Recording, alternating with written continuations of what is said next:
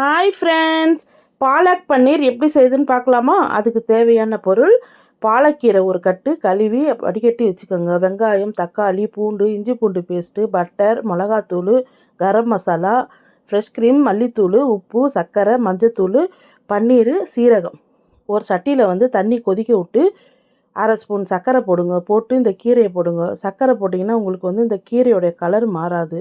நல்லா கொதிச்சு ஒரு கொதியில் அள்ளி கீரையை வச்சு நல்லா ஆற விட்டு மிக்ஸி ஜாரில் நல்லா பேஸ்ட்டாக அரைச்சிக்கோங்க. அரைச்சிக்கிட்டு ஒரு சட்டியில் பட்டர் ஒரு 2 ஸ்பூன் போட்டுட்டு, சீரகம் அரை ஸ்பூனு, பூண்டு ஒரு 4 பொடிசாக அறுத்து அதையும் போட்டு பொரிய விட்டு, வெங்காயம் ஒரு 2 வெங்காயம், ஒரு தக்காளி 1 போட்டுக்கோங்க.